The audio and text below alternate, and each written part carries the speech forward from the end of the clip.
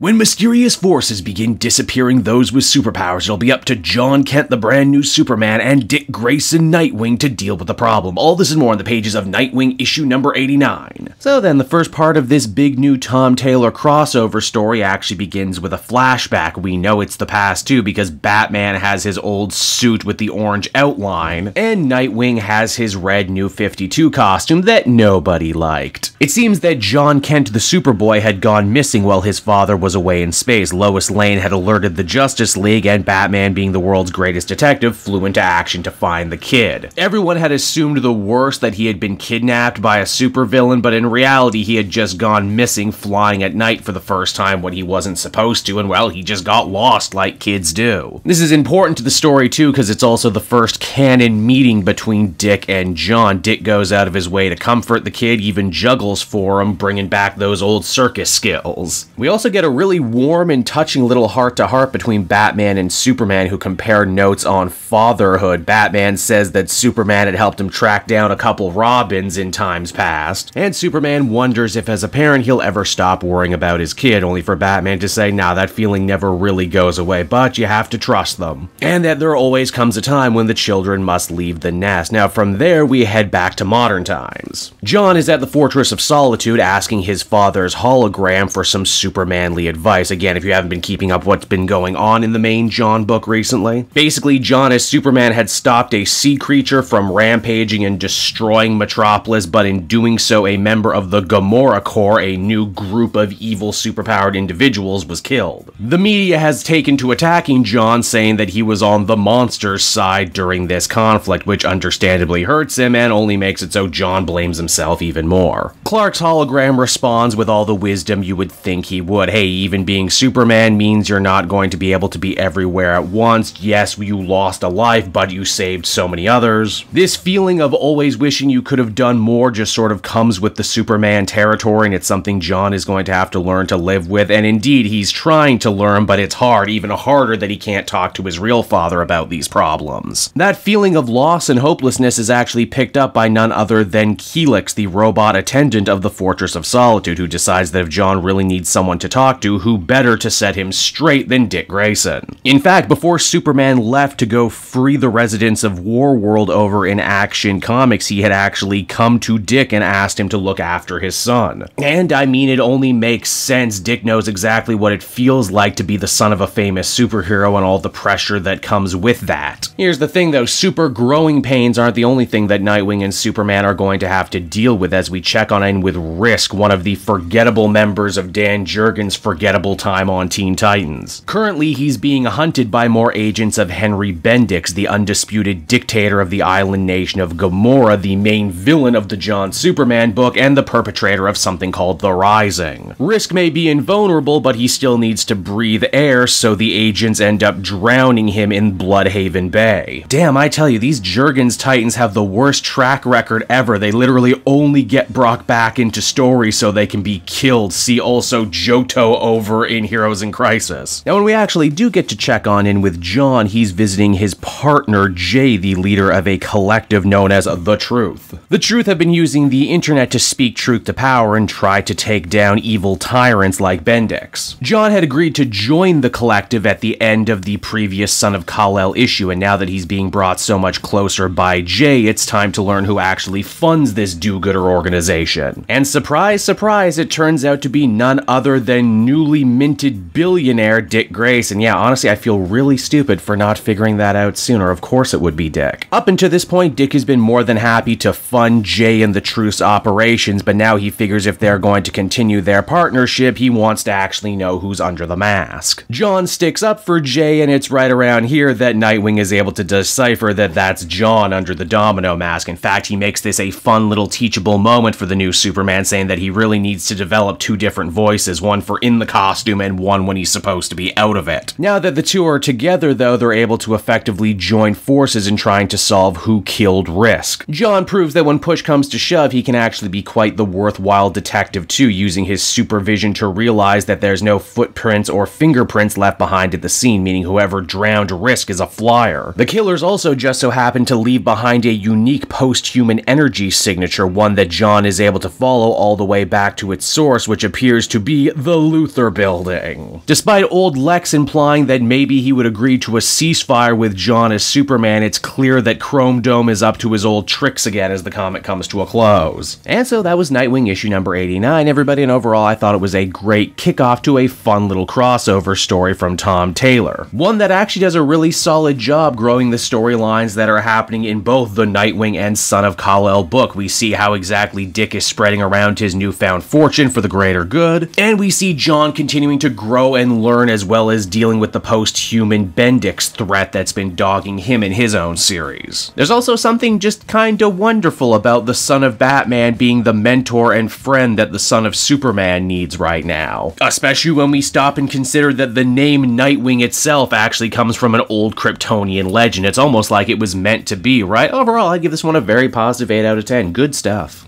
Hey there everyone, Cape Joel again, and I want to thank you so much for watching to the end of the video. As always, if you liked what you see, be sure to like, subscribe, comment. It really helps drive engagement and helps me out too. Also, if you are a patron, which you can become for as little as $1 a month, you will get exclusive content that no one else can ever see, and you'll get to see the Comic Multiverse podcast before anyone else too. You can check out all this and more down in the description. And until next time everyone, this has been Cape Joel, and I'll see you all next time. Cheers.